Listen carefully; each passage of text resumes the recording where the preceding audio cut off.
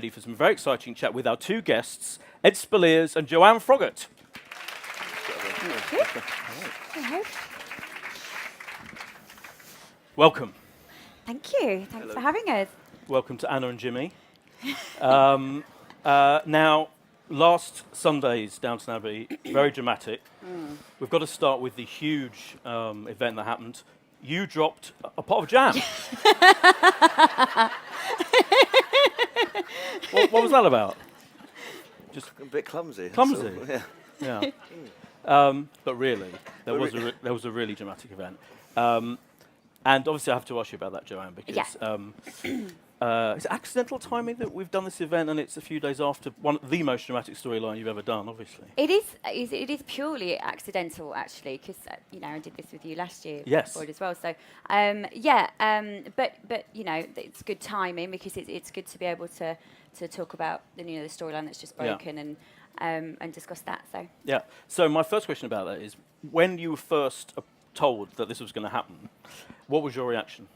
Well, I actually went to see Gareth Neiman, our exec producer, because I was being very nosy about what storylines I would have in season 4. And this was about a week before we got the scripts. And I said, Gareth, I can't wait. I want to know what I do. And he was like, I'd really rather you read it in the script because it's really fantastic. And I said, well, if it is really fantastic, I really want to know what it is. So he said, OK, well, I'll tell you. And he told me, and I think my jaw actually did drop open. I thought, wow, I really wasn't expecting that. And obviously, as an actress, I was really thrilled to be able to be given the opportunity to, play such challenging scenes. And then when I read the scripts a week later, I was even more thrilled with the way Julian had written it, and the consequences that follow, which we haven't seen yet. I think he's pitched beautifully, and and it felt like a huge responsibility to get this right, for lots of reasons. So, were you surprised about the coverage in the papers and all of that? And there were some complaints. Bearing in mind, it's watched by at least 12 million people. I think there's about 60 complaints so far, which doesn't seem that many. Yeah. But even that, the papers covering it and all of that, and the response on Twitter, are you surprised by all of that? I think we all knew there would be a bit of controversy with the storyline because Anna and Bates are very well-loved characters. But I didn't quite expect it to be quite as controversial as it has been. But I hope that means we've done a believable job because it's a very serious subject matter and one that I'm actually very proud that the show is broaching. So so hopefully as the episodes develop and the story develops, people will understand the reasons for it and understand the emotional journey that Anna and Bates are going to go on. And Anna has suffered a lot. I mean, let's face it. She's had a hard time with You Bates. don't have to do a lot of crying and all of that. And now this must be the ultimate in suffering. I mean, in terms of the scenes, the scene that we saw at the end of the last episode, where obviously you're in a huge state of distress, how difficult is that to get yourself into that state of? Yeah, it takes a little bit of work. I am a little bit method when it comes to emotional scenes. I can't kind of just have a laugh and a joke 1 second and then go and break my heart the next. I do have to kind of psych myself up a little bit. But I must say, Catherine Morshead, our director for episodes 3 and 4, who's our first female director as well, did a brilliant, brilliant job. And we worked very closely together along with Nigel and Brendan to plan the story, to really get our heads around what this means for a woman in those times. And so I felt incredibly supported on set, by the cast and especially by our crew, actually, who were incredibly respectful and, really, as I say, supported me and did a brilliant job with me. So, it felt like a real team effort. Yeah. And Ed, just to bring you in, I mean, I think a lot of people have been saying, that Downton is cosy viewing and, they love, it's kind of escapist in a way. But it's always dealt with issues, doesn't it? It's always dealt with, there was, second series, there's a lot of stuff in the First World War and there's death. And so were you surprised when you knew this was coming? What was your reaction to it? I think it's a testament to Julian and the show to be brave and to to put this kind of subject matter out there, but I think it's an important story to be told because it's still very relevant today.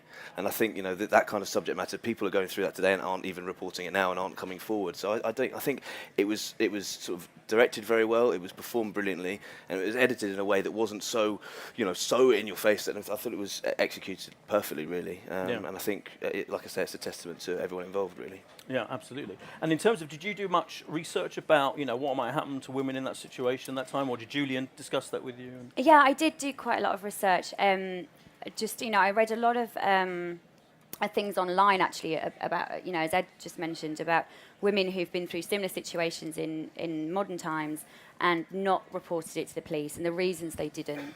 And often it's because they feel, their story comes across as slightly vague when giving it to a third party, or it happened at a party when they'd had a drink, or it happened with somebody they knew. And they often, the overwhelming first feelings that I read about were confusion of, sure.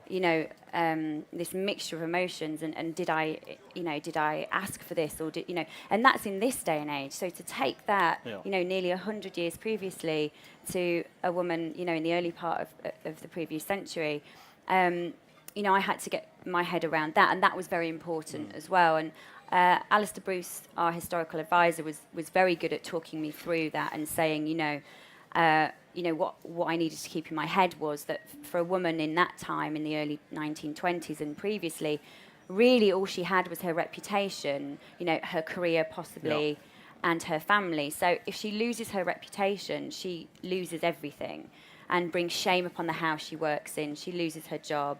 In Anna's instance, her husband could be either sent to prison if he tries some course of revenge, or, he could disown her in some way because he doesn't feel he can handle it. And we God, were I still. hope all these things don't happen. Well, I'll have to wait and see. Oh, I can't take it. But yes, I mean, still in we're in that age where women didn't have a lot of rights, and men were the superior beings. They were that's how they were seen by society, and even other women within the local village would have gone, would have had the view of, oh well, she must have done something to bring that on, or there's no smoke without fire. So it's very shocking, actually, when you think of that. So that was important for me to get my head around, for the reasons why she feels she really cannot tell anybody about this, because it brings such shame on her. That's how she feels. Hopefully in this day and age we know that's not the case, but but back then. Well, we've got a clip, I think, of the next episode to see some of, because I guess some people are jumping in and talking about what they feel about the storyline now, but I guess the aftermath is in a way the really important bit, and we've got a clip now to see some of that from the next episode. So let's have a look.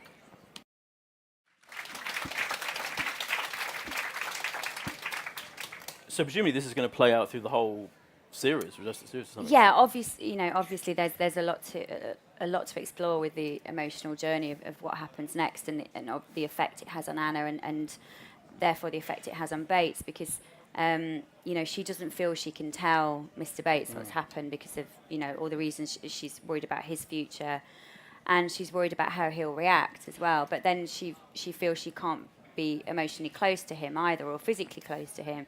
So of course that brings problems as well. So yeah, there's a huge knock-on effect that we do explore in great depth. Cool. I'm interested to see what happens. So Ed, turning to your character, what can you say? I mean, I know I've been taught to mention the words by a friend of mine. Love quadrangle. That's one thing that might be coming up this series. And certainly you're very flirty and... what, now? Or? Very flirty now, always. And in the show. And your dashing flirtiness, that's going to come out, isn't it, more and more, I feel, as time goes on. What would you like to say about that? There is a love quadrangle, or rhombus, that's been sort of continuing from last year a bit. I think from Jimmy's point of view, David Evans and I, who just directed episodes 1 and 2, we discussed very early on that perhaps the idea for Jimmy, why he's starting to show interest in Ivy, is nothing other than he might just be a little bit bored. Right. He might be a bit, sort of feels like he's a bit cooped up in this house. He's the sort of guy who, in his head, is quite ambitious, and he wants to be out seeing things, doing things. He loves his music, and he is quite a flirty sort of party sort of young chap, I suppose. But I think the idea that he's cooped up in this house all day long, taking orders from Carson, I think it grinds him down a little bit. Really? So any opportunity to flirt with a young lady, I think he's quite happy about that. And you spent most of last series, of course, kind of escaping the advances of Thomas. That was an interesting storyline for you. I guess, in a way, how was that for you? Because it's interesting that you're being quite homophobic in a way, or literally, in that time you would have been scared probably of that kind of advance. How was that playing that storyline? Well, that was quite a tricky storyline to play. I mean, I was very lucky because that was my first series, and it was my first major storyline. So I was very lucky to have that. But I mean, there were some difficulties with playing that, mainly again down to the time period. It's very difficult to sort of turn around to your bosses and say, I'm having advances from a gay man. It has such massive ramifications, homosexuality in that time period. Men went to prison for being found out for being gay. So if you're reporting that or being seen to be involved in something like that, it could be very grave for Jimmy. So it was quite a difficult thing to get the balance right. As in, who do I talk to about this? How do I go about it? I need to keep my job. So it was a tricky position for him to be in. When the camera was turned off, was it fun doing those scenes with Rob and that kind of thing? When the camera's turned off, are you saying we were kissing when the camera's turned off? No, I'm asking. That's my question. Yeah. How much fun did you have? I have a lot of fun being an actor. Yeah. I have a vision of the younger members of the cast having going out for a drink after filming. Does that happen? I don't drink. Oh, don't you? No. I don't believe it. I don't know why I don't believe that. But do you socialise together, or is it all? There's been one or two nights out. There's a few occasions, yeah. I mean, but we're very sort of professional. I'm not saying not professional. Strong-minded people. It's all about the job in hand. Of so course. we wouldn't do anything like that. Of course. But Joe likes red wine. Okay. Only when we're off duty. That's what I meant. Off duty, totally off duty. Well, talking of your romantic advances, I think we've got another clip featuring you from the next episode. So let's have a look at this. Ooh. Good cut there, just before the key moment when you step in. Do you get sideways and dodge that, or how much do you want to tell us about? We have to watch on Sunday. Yes. Yes, we will have to watch it. Yeah. Are you jealous of all the cooking that Ivy and Alfred do? They both want to be cooks. They're very good cooks. They've got something to. That's that. You're talking about the board thing that you need a hobby. Well, I think he needs something to be good at. Yeah. I mean, I think there is an element of jealousy involved with Alfred. Certainly, Alfred is aspiring to do certain things, and I think Jimmy finds that quite frustrating itself. Yeah. So any opportunity he can to belittle him, he will do that. Yeah. Going back to when you were first cast in the role, joining this, by then it was already a huge phenomenon. How was it when you first arrived, kind of in this world of all these other actors in such a massive show? It was intimidating because, like you say, it had established itself so well both here and across the pond. But I mean, you're working with really lovely people all the time, and people do bring you in. But I think it's important in any job you go into. You've got to have an element of pressure on your shoulders, otherwise you don't take it seriously enough. And that's the same with acting. And it was a good chance for me to really try and muscle my way in there and show what I could try and do. But like I said, there's wonderful people to be working with, and it's a good drama school for me. I never went, so it was a great place for me to learn. You're watching, working with people like Joe and Maggie and Jim Carter. You are sitting next to me at the moment. Great actor. No. Yeah. No, but of course, and I'm being serious, and especially like downstairs, it's a real melting pot. It's a great place, and I know that Matt Milne thinks the same. It's a great place for us to sit and watch and bounce off other people and really enjoy the experience. So no, I'm thrilled. I've been a part of it so far. So I'm glad I did get there. And I think it's safe to say that you are a big sex symbol on the show. How do you react to that? He's the James Dean. He is the James. Downton Abbey. Thank you. You are the James Dean. That's it now. James Dean of Downton Abbey forever. How does that feel to be the object of our lust? Is that going too far? Sorry. Is that going too far? I would like to comment on that. I feel you're interrupting something at the moment, Joe. I don't really know how I feel about that. I think for me, it's more important that if people think I'm delivering a good character and believe in the character and think that is, and they're interested in what I'm doing as an actor, that's far more important. If there's people like anything else, then that's lovely too. It's a bonus. One more thing about you is, I was saying to you before, I was watching Sky movies the other day and stumbled across a film you were in called Love Bites, which features extensive nudity, Ed. Do you remember? It's not that kind of movie. Well, I'm just saying. Just putting it out there. I had to run around a lot with my backside out around the streets of Glasgow in November a couple of years ago. Yeah. Happy to do that? Was it well, worth I'm it? doing Downton now as a result, so there you go. So, yeah. I didn't get my bum out for no reason. No. No. Downton doesn't have many gratuitous nude scenes, does it? Is it something you kind None. of none? Yeah. No, effectively none. No. But there's been some raunchy moments in the past. There's a lot of sort of suggestiveness, which I think is sort of more intelligent sometimes. Right. Now, when this is a question for both of you. So I'm going to pass it open to you guys to be thinking of any questions you have for our two guests here. But do you? There's so many characters now. There's new characters brought in every series. Do you both get the scripts? How does it work? Do you get the scripts and you're looking for what happens to you? I mean, you talked about how your particular role, your particular storyline this year, you were told what's happening. But do you look at the scripts thinking, right, what's happening to me? Or do you just read the whole thing and think, oh, this is how the series is going? I mean, a bit of both. I think it's you read everything because you're part of this thing. You want to know how every episode pans out, how the series pans out, what's happening to other characters, how that's relevant to your character. But obviously you do, I mean, quite often I have a quick flick through, all right, he's doing that, okay, and then I go back to the beginning and read it all properly. And I think, but you want to know the stories. It's important that you get a real sense of everything that is happening to everybody else, because it is the upstairs doesn't work without the downstairs and vice versa. It's a proper mechanism that's always moving, and people do bounce off each other and stories fall into other people's stories. It's really, really important to be acutely aware of what else is going on, I think. Is it hard to keep a secret what's happening? Because I mean, your storyline on Sunday, I know the press, we weren't shown it, we weren't allowed to watch it. Normally every week we get to see it a few days in advance, but obviously we weren't allowed to. That kind of secret, a big thing that's happening to you, do you have to keep that secret from your family and friends and all of that? Pretty much. My husband knows about it because he helps me learn my lines. And if we get halfway through a scene, he'll kind of all of a sudden go, "Oh no, now I know what's going to happen. Oh no, is this what happens?" So, but I didn't even tell my parents. No, I'm so scared of being the one that lets something out that I really don't tell anybody at all. Yeah. Wow. So. But you just feel a responsibility. You don't want, people to find out before, because it does spoil things. It spoils stuff for the viewers, and it spoils it for us. And you want all the viewers and to get that reaction that we get when we get our scripts and we open them and go, oh my goodness, such and such is happening. And that's part of the drama and part of the fun of it. So what's the reaction from your parents from recent episodes? Well, all my family have been quite distraught on Sunday night.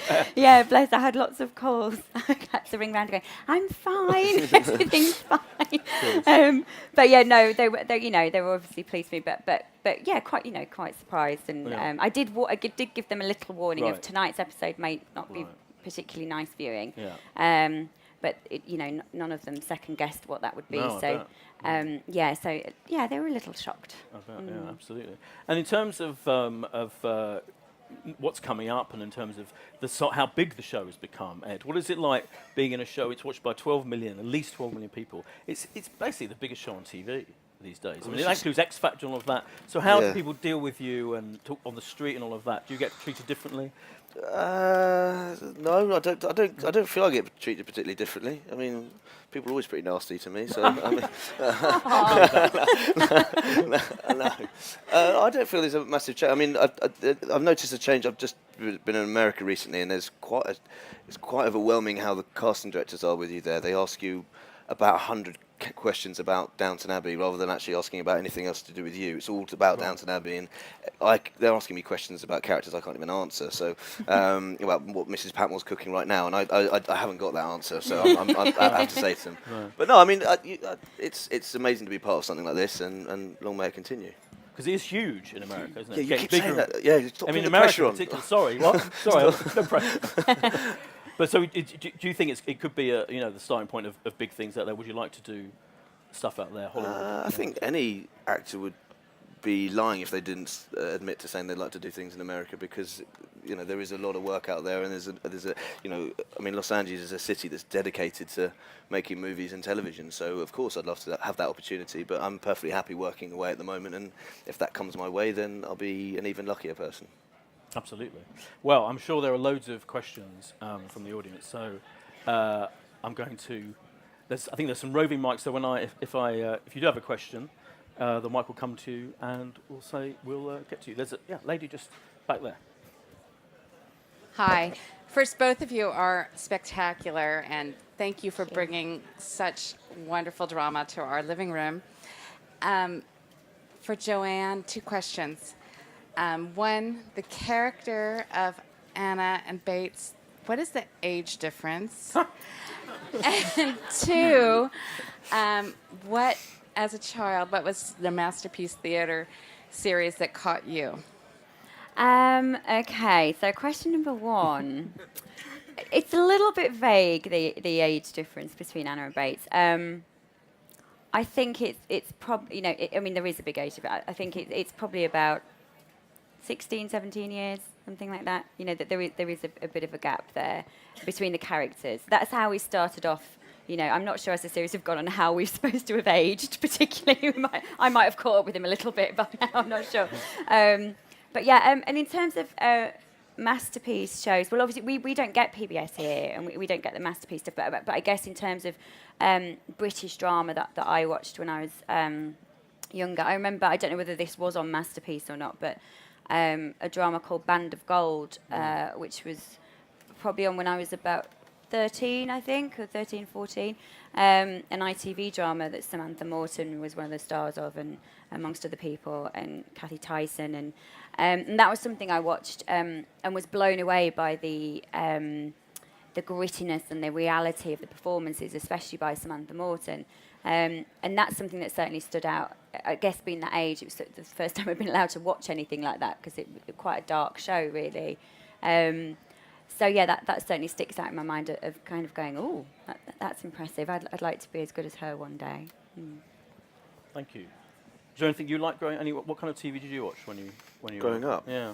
I was just thinking, because I had a scary feeling you might ask me that. Yeah. Sorry.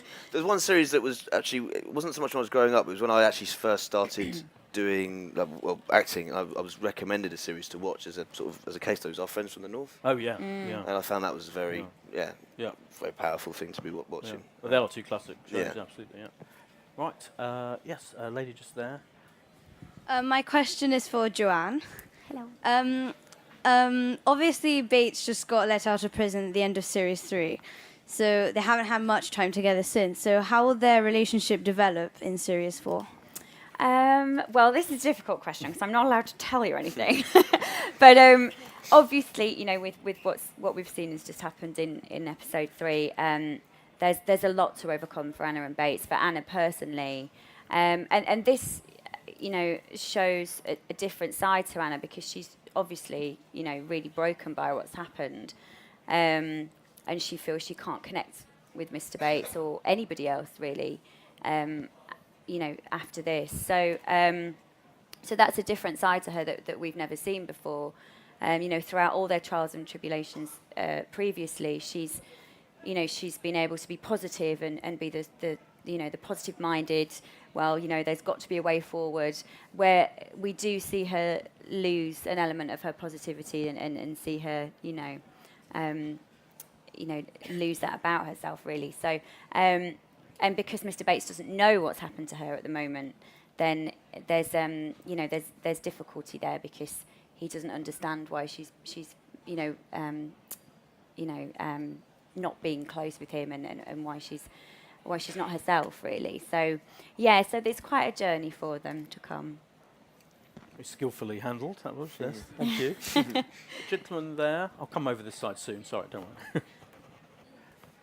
I have a question for both of you. I understand that the Middleton family actually made a visit to the Downton set. Ah. What was it like having them on set? I gather he even baked you a cake. I didn't bake her a cake. I would have done, but I didn't. Well, they did make a visit on set. I can see by Ed's look in his eye that he wasn't there that day, and neither was I. Oh. Unfortunately, I would have loved to have met them, but I don't know about the cake situation. but I know they did have lunch with some of the cast and hopefully enjoyed the day. Yeah, I'm not sure what series that was though. Maybe it was series 2. Were we uninvited, not on purpose? I know, well, I was Here very they just mingled with the upstairs. Oh, yeah, I exactly. see. I was very Right, okay. disappointed. We weren't invited. It sounds like you're both sort of royalists and big fans of the royal family. Political. Yeah. Trying to get you in trouble. Yeah.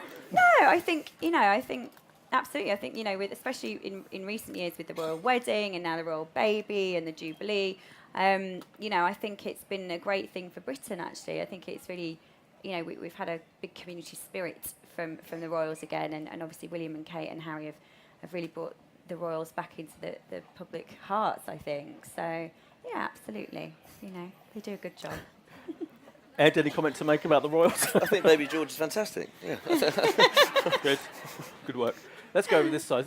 I think there is someone with a mic over this side, hopefully, unless I made it. Ah, good, yes. So, Lady, they're in the kind of effectively the front row. If you could go back in the past and select one person from Downton that you could be, who would you choose?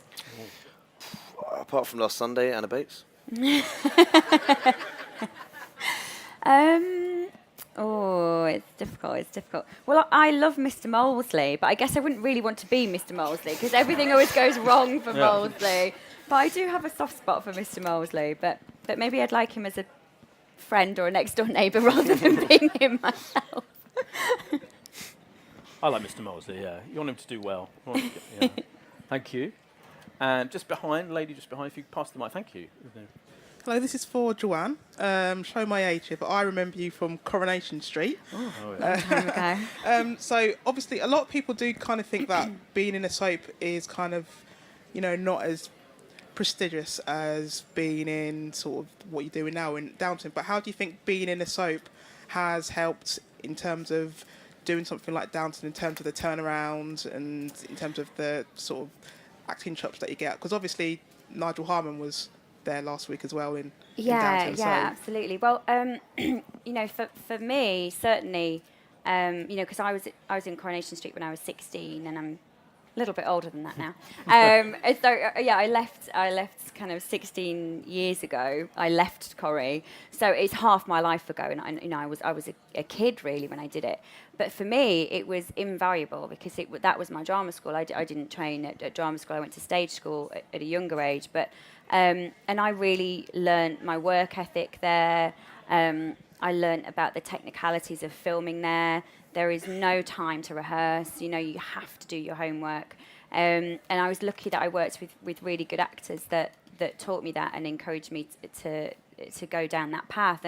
And so it's something it was a very happy time in my life, and I learnt so much from it. I left when I was 18 years old, and without that job, I wouldn't have got my agent now, and I wouldn't have got, the career that I've had for the past 16 years. So it was a fantastic first job for me. So it's, but yes, I did feel like I had to work hard when I left to prove myself in different areas and prove that I was more than just a soap actress, which is disappointing because I think there is some fantastic acting in soap. So. Thank you. Do you still watch Corrie? Yeah, I do from time to time. I have a couple of friends still there. So of course, yeah. Thank you. Another. Hi, this is a question for both of you. I know, Joanne, you mentioned that you did research for your storyline, but I wanted to know what kind of character work you two do and how you get into character for the show. Okay.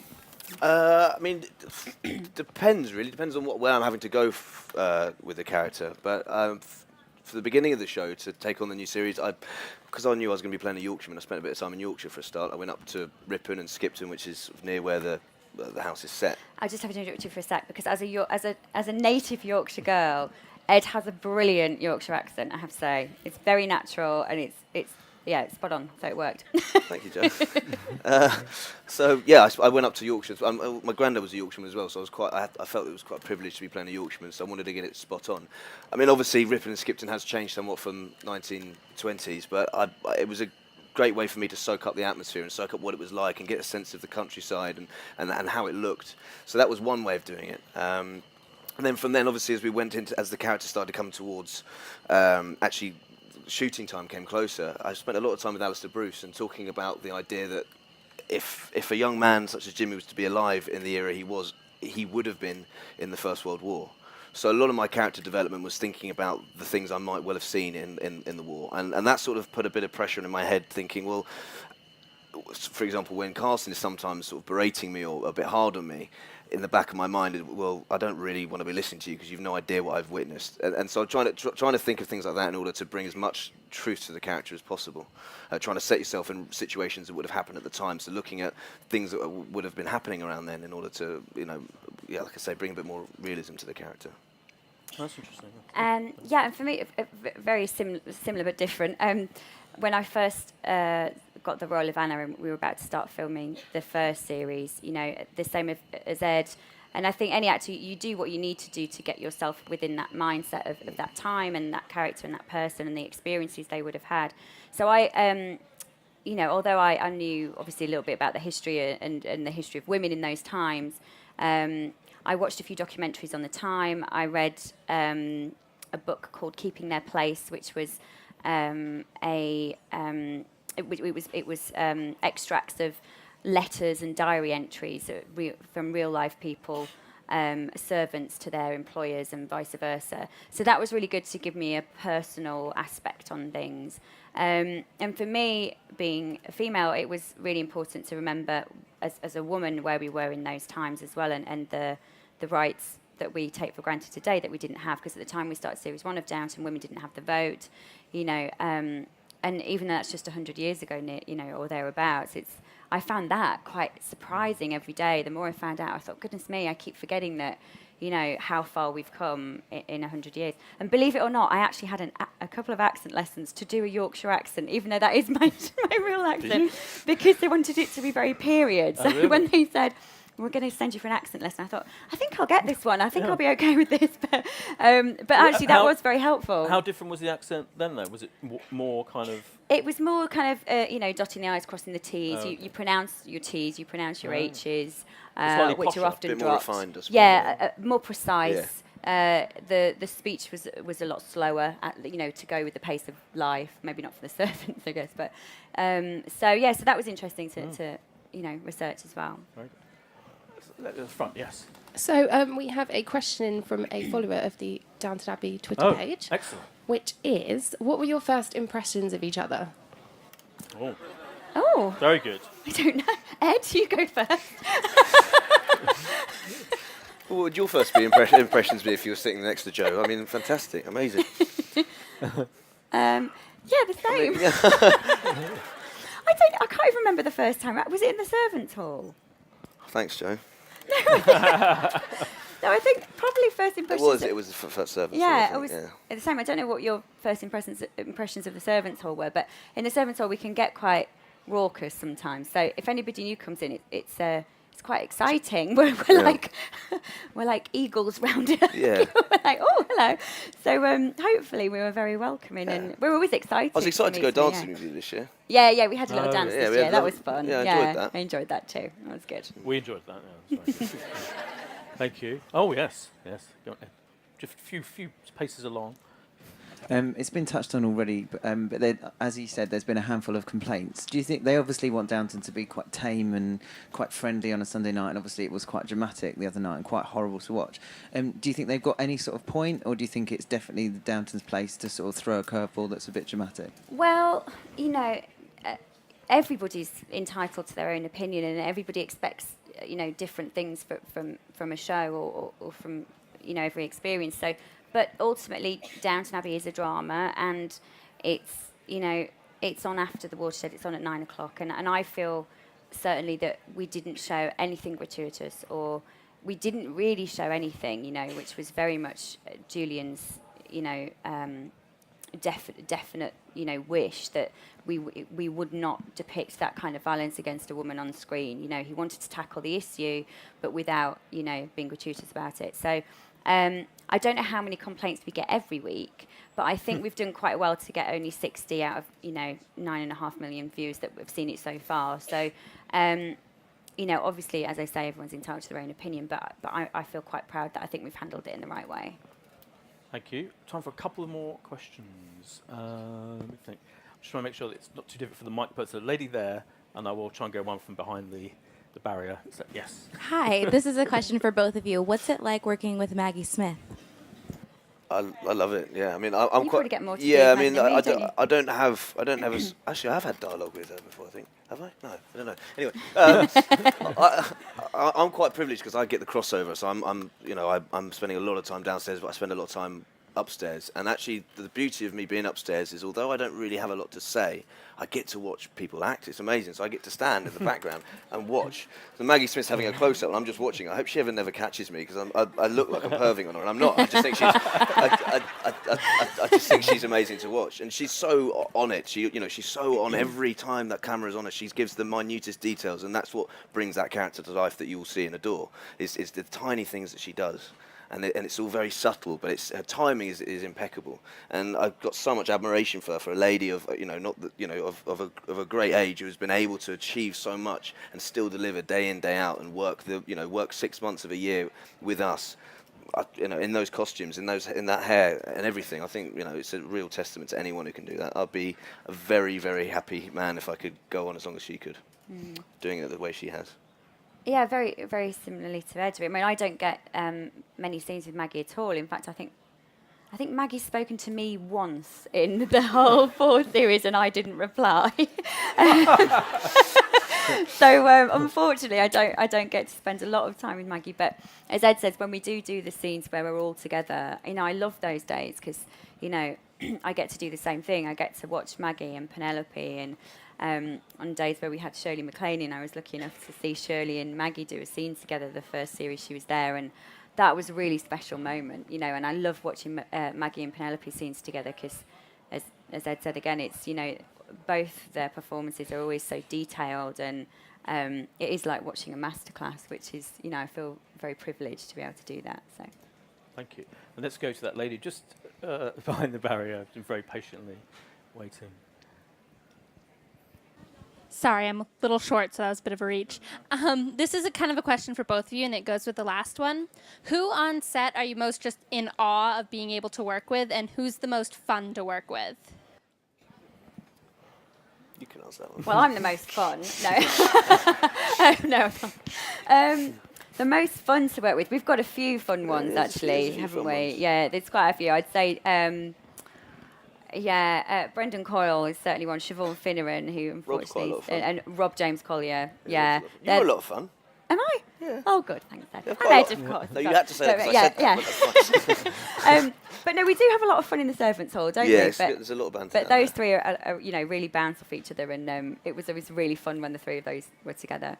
In terms of who I'm in awe of most, I guess everybody in a way. I think you learn things from everybody. But Maggie, Penelope, Shirley MacLaine, of course, incredibly exciting to work with three amazing women. I love watching Jim. I love watching Phyllis. Jim, and I also really get a lot from some of the young characters that we get in that are, maybe their first or second job, because they have such enthusiasm and such a need and a enthusiasm to get it right, and that's quite contagious as well. So I enjoy watching everybody, really, I think. You've got Paul Giamatti coming up as well, haven't you? Yeah, yes. I didn't get to work with Paul at all. Yeah, I didn't again, get it to was see another him, one of those days of getting to stand and watch watch someone deliver great detail. I mean, James Fox as well. Yeah. Wow. Cool. I didn't even meet them. Well, I had Amazing, a very brief meeting with Paul at a screening, but bar that, I wouldn't have even got to meet him. So I'm looking forward to seeing those scenes. Well, I'm afraid that's all we've got time for. But thank you all so much. Thank you for some brilliant questions from you guys. And thanks to Ed Speleers and Joanne Froggatt for coming. Thank you very much. Thanks for having us.